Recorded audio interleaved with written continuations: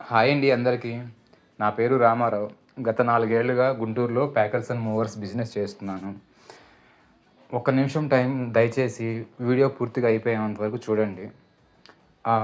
నేను గుంటూరు జిల్లా నుంచి ఎక్కడి నుంచి గుంటూరు జిల్లాకైనా సామాన్లు జాగ్రత్తగా చేరవేస్తాను.